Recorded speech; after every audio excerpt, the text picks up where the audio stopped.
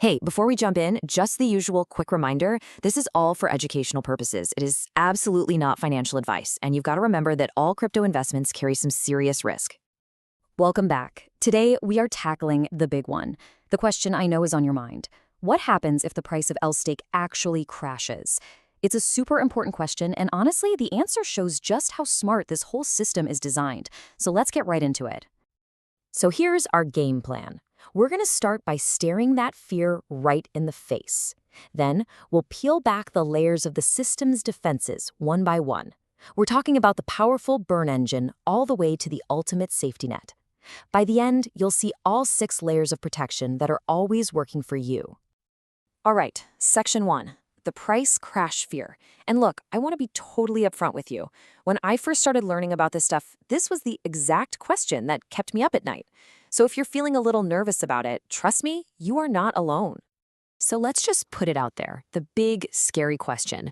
We know LStake is backed by real assets, right? But what if the market freaks out and the price on an exchange just plummets? Does the whole thing just fall apart?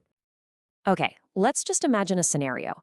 Let's say the true value behind each token, the backing per token, or BPT, is exactly $1. Simple enough.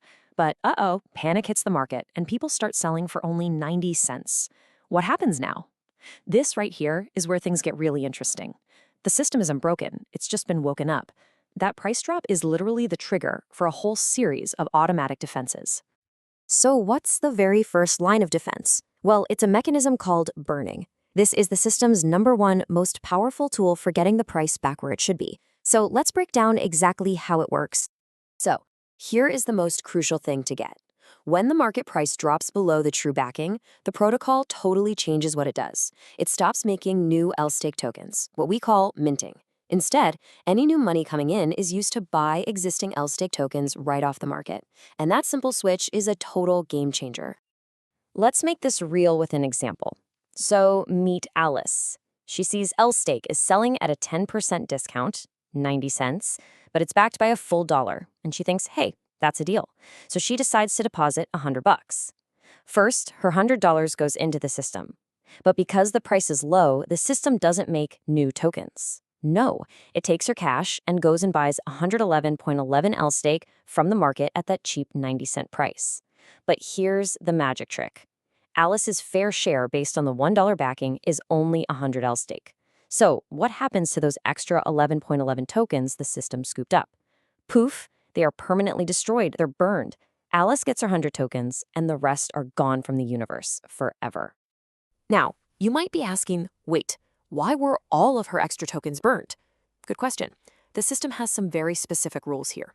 If it's a small discount, like up to 3%, the extra tokens get split. Half go to the depositor, like a little bonus, and the other half get burnt. But for any discount bigger than 3%, like the 10% discount Alice found, 100% of those extra tokens are burned. This is to aggressively, and I mean aggressively, defend the price.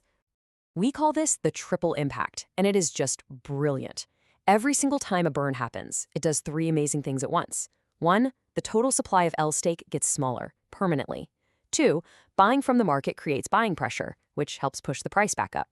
And 3, and this is so cool, the amount of money in the treasury stays the same, but now there are fewer tokens to share it.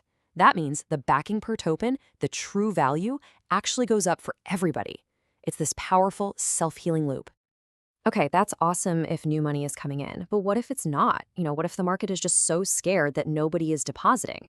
Well, that brings us to the next layer of defense, the automatic burn engine. Yeah, this was a huge question for me too. If the whole burn mechanism needs new deposits to work, does the system's main defense just switch off right when you need it the most? Turns out the answer is a big fat no. The system has its own backup engines that are always running. So the system has 3 automatic burn sources humming along in the background, 24/7. First, the treasury itself is always earning yield on its assets. That income is automatically used to buy and burn LStake whenever the price is low. Second, the protocol provides liquidity for traders, and it earns fees from that. 50% of all those trading fees are used to constantly buy and burn tokens.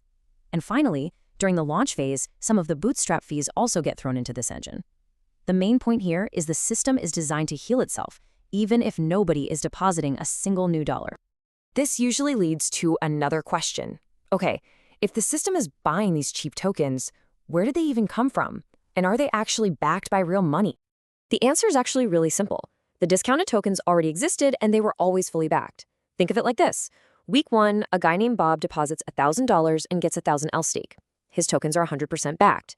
But in week 2, the market gets a little shaky and Bob panics. He sells his fully backed tokens on the market for just 90 cents each. Then, in week 3, our friend Alice comes along. Her new deposit isn't used to create some new fake tokens out of thin air. It's used to buy Bob's old, fully backed tokens from whoever he sold them to. The backing, the money, never left the system. Bob just sold his claim to it for less than it was worth. Okay, but what about the absolute end of the world worst case scenario? What if there's some huge crisis and even the auto burn engines aren't enough? Well, that's where we find the final safety net. Think of it like the net under a trapeze artist at the circus. It's the last line of defense, only for a true emergency. So in an extreme situation, one of the team admins can hit a big red button that pauses the entire system for 72 hours. Everything freezes so they can figure out what's going on. But, and this is so important, no single person can just decide to shut it all down. To actually proceed with a full shutdown, you need a multi-signature vote from several different team members. It's a protection against one person making a bad call. If the vote passes, then all the assets in the Treasury are sold and the cash is given out fairly to everyone holding tokens. It makes sure that even if the whole thing shuts down, you get your slice of the pie. So let's just pull it all together. When you really look at the whole system, you see it's not just one trick. It's more like a fortress, built with 6 different layers of protection. Let's count them off. Layer 1, those powerful burns from new people depositing. Layers 2, 3, and 4, the automatic burns that are always on, from compounding, trading fees, and bootstrap fees. Layer 5 is just human nature. When an asset that's backed by $1 is selling for 90 cents, sharp traders are going to jump all over that, and all they're buying helps push the price back up. And finally, Layer 6, the ultimate safety net we just talked about, that emergency full redemption process. And that really is the main takeaway here. This whole thing isn't about just hoping the price never drops. It's about having a tough, multi-layered, and mostly automatic system that is designed to respond and bring things back into balance when it does. You've got multiple forces, both from the code and from people, all working together to push that price back towards its true backing. I really hope that cleared things up. In our next explainer, we're going to look at something really cool, how other crypto projects can actually plug into the LStake system, and how that makes the whole ecosystem even stronger. It's going to be a good one.